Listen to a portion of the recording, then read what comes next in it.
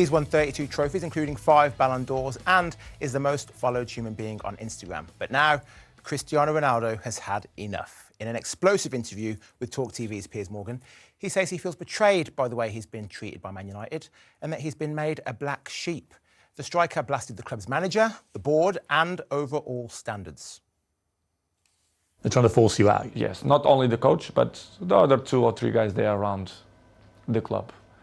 At the senior executive level? Yes, that I felt betrayed. And you think they're trying to get rid of you? Honestly, I shouldn't say that, I don't know, but listen, I don't care, people should listen the truth. Yes, I feel betrayed, and I felt that some people that don't want me here, not only this year, but last year too. I don't know what's going on, but since the Sir Alex Ferguson left, I saw not evolution in the club. The progress was 0. Well, Man United have since published a statement saying the club will consider a response to the interview, but reports suggest he could be fined £1 million or his contract could be ripped up entirely. £1 million quid's nothing. If he stays at United to the end of the season, it's £20 million they've got to pay him. This is his way of getting out. He went after the World Cup. He's not going to go back to them, I'm certain of it. But he is one of the greatest footballers ever in the history of football. He's been a consummate professional generally throughout his career.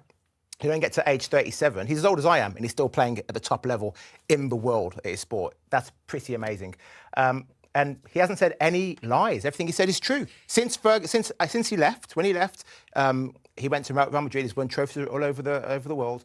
Alex Ferguson was the greatest manager in football, perhaps, but definitely at United. And the club has only gone downhill since then. He's only speaking the truth. Can I just ask in layman's terms, as a woman, what has he actually accused the club of, or what was he complaining about with it? I know that he refused to come on as a sub, and then he says he's been treated with a lack of respect. But for why though? Because stuff like when you are Ronaldo, you don't get told you're starting on the bench. I'm going to bring you on for the last 2 minutes of the game. That is disrespectful. Now, if you're an average footballer, you do what the gaffer says, but you've got to treat your star players with a little bit more respect than that. The gaffer is the gaffer, though. Yeah. And actually, to be respectful and to be really professional, as you've just indicated, the most professional thing you do is act as a team player, and the gaffer's word, ultimately, that is the word. And he should show the same respect to his fellow teammates, who wouldn't dare not go on as a sub and have a huff and strop off down the tunnel. Yeah, but that's the problem. And I think you're highlighting the problem here, which is that Manchester United, and little as I know about football,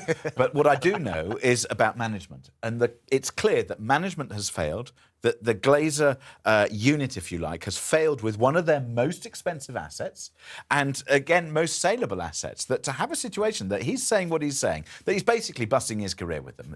There is no way back from this. You know, the contract is going to be ripped up in some shape or form, whether it's done amicably or not. And either he's a destructive force behind the scenes and everybody, can't bear working with him, in which case your point about team is true. Alternatively, he, as this incredible individual, as you say, still got something to give to the game, has been treated appallingly by the management, who are always looking after the next big thing and forgetting the fact of who they've got walking in through the door. It's still an asset, and it's just bad management. Let's hear from the only Man United fan on the panel. Well, from a household of Manchester United superfans, so much so that the dog is called Sparky after a Manchester United hero, Mark Hughes. That's right, the dog is named after Mark Hughes. I'm afraid it's rejoicing in Kaza Makanju tonight. It is goodbye to a spoilt brat. This is the way to get rid of him. He's destroyed any sort of team spirit. It is all about me, me, me. He's thrown his toys out of the pram so many times that I think he's a really, really bad influence on the rest of the team. And also, I've got a 14-year-old teenager, and I do not want this man to be a role model for my teenager. But he has said, the interview looks like it's going to be great, but some of the stuff, the clips I've seen come out so far, he's accusing his other teammates of being unprofessional. He's going in there after defeat and saying, why aren't we working on the things that we're bad at? And he's got people coming in, making jokes about smoking doobies and things. He's the one, storming off down the tunnel, refusing to do whatever his manager's asking him to do, saying it's all everybody else's fault. Bad management, pathetic. No, bad management. I'm with Daisy 100%. Not very sportsmanlike at all.